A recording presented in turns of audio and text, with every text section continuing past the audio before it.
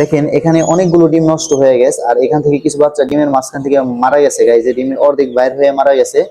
আর কিছু কিছু বাচ্চাগুলো অর্ধেক অর্ধেক বাইর হয়ে আসলো, বাঁচা আসলো, যার কারণে আমি একটু খোসাটা একটু ছাড়াই ছাড়াই হেল্প করে দিছি, যার কারণে এই যে বাচ্চাগুলো এখন তোমার ঝরঝরা হয় নাই। আর এখানকার কিছু কিছু বাচ্চা ঝরঝরা আছে। আসসালামু আলাইকুম রহমতুল্লাহি বারাকাতু। আমি 10 থেকে 12 দিন আগে একটা ভিডিও দিছিলাম যে ইনকিউবেটরে ডিম বসানোর। আমি কিছু কোয়েল পাখি ডিম ইনকিউবেটরে বসাইছিলাম, আর সেই কোয়েল পাখির ডিম যে বসাইছি ওই জায়গায় ডেট দেওয়া হয় নাই, যার কারণে বাচ্চাগুলো অনেক অসুস্থ হয়ে গেছে, ভালোভাবে উঠতে পারে নাই। তো সেই বাচ্চাগুলো এখানে দেখা যায়, এই যে কিছু কিছু বাচ্চা সুস্থ আছে আলহামদুলিল্লাহ, এখানকার অনেকগুলো বাচ্চা সুস্থ, কিন্তু অনেকগুলো বাচ্চা মারা গেছে, অনেকগুলো ডিম নষ্ট হয়ে গেছে কারণ হ্যাসিং এর জন্য। আর আমি ভালোভাবে এখানে আর্দ্রতা দিতে পারি নাই, এটা সেমি অটো একটা মেশিন, আমার রেগুলার ডিম ঘুরাই দিতে হয়, আর আমি এই কয়দিন করে ডিম ঘুরাই দিতেছি খালি।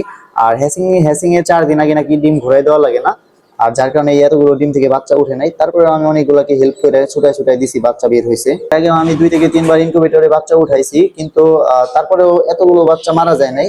এবার সব থেকে বেশি বাচ্চা মারা গেছে। তো এখানে আমাদের যে আগের কোয়েল পাখির বাচ্চা উঠছিল 5টা বাচ্চা আছে, আর আমাদের অনেকগুলো বাচ্চা উঠছিল, আর এখান থেকে আমরা কিছু বাচ্চা বিক্রি করে ফেলাইছি, আর এখন আছে 5টা বাচ্চা। এই যে তো বাচ্চাগুলো অনেকটি মারা গেছে, মারা যাওয়ার কারণ হলো নিচে কার্টন দিয়েছিলাম, আর এই কার্টন দেওয়ার ফলে ওদের পা 2 দিকে 2টা ছড়াই গেছে, আর ছড়াই গেছে পরে ওরা আর হাঁটতে পারে নাই। তখন দেখলাম এক এক করে মারা গেছে। পরে এই 5টা বাচ্চা যখন ছিল, তারপরে আমি এখানে সালা বিছাই দিলাম, আর আলহামদুলিল্লাহ এখন কোনো অসুবিধা হয় না, এখন ওরা পরিপূর্ণ সুস্থ। যাই হোক, আমরা এই সালাটাকে পরিষ্কার করে, যেহেতু ওদের পশম জ্বালাই গেছে, তাই ওদের সরাই একটা খাঁচার ভিতরে রেখে দিম, আর আমরা ছোট বাচ্চাগুলো এখানে এনে রাখার চেষ্টা করুম, আর এই লাইটের পাওয়ারটা একটু বাড়াই দিলেই হয়ে যাবে ইনশাআল্লাহ।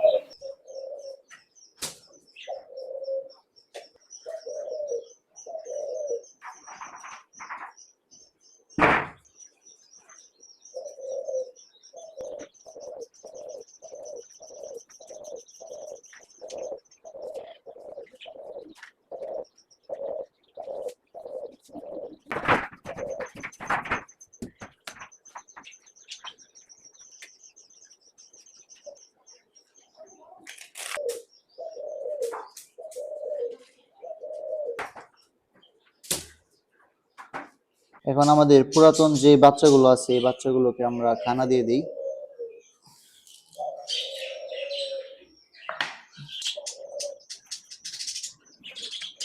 হালকা একটু হিটে রাখতে হবে, কারণ এতদিন ওরা হিটে আসছিল, এখন যদি হঠাৎ করে এরকম একটা পরিবেশে থাকে, তো রাত্রে বিশেষ করে ঠান্ডা লাগতে পারে। তো আপাতত রোদ আছে, এখানে রেখে দিই। আমাদের কিং কোয়েল জোড়া দেখাই।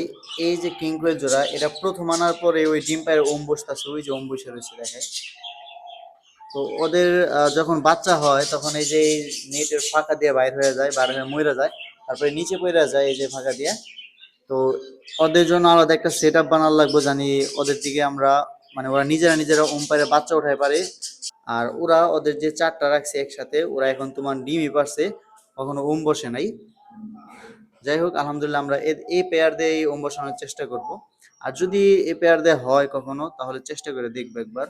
এখান থেকে মূলত যে বাচ্চাগুলো ঝরঝরা, ওগুলো আর কি এখান থেকে সরাই আমি এখানে দিব, কারণ অনেকক্ষণ যাবত উঠছে বাচ্চাগুলো। যেগুলো ঝরঝরা দেখা যায় ওগুলো আমি এখান থেকে সরাই ফেলাম আর কি এখন।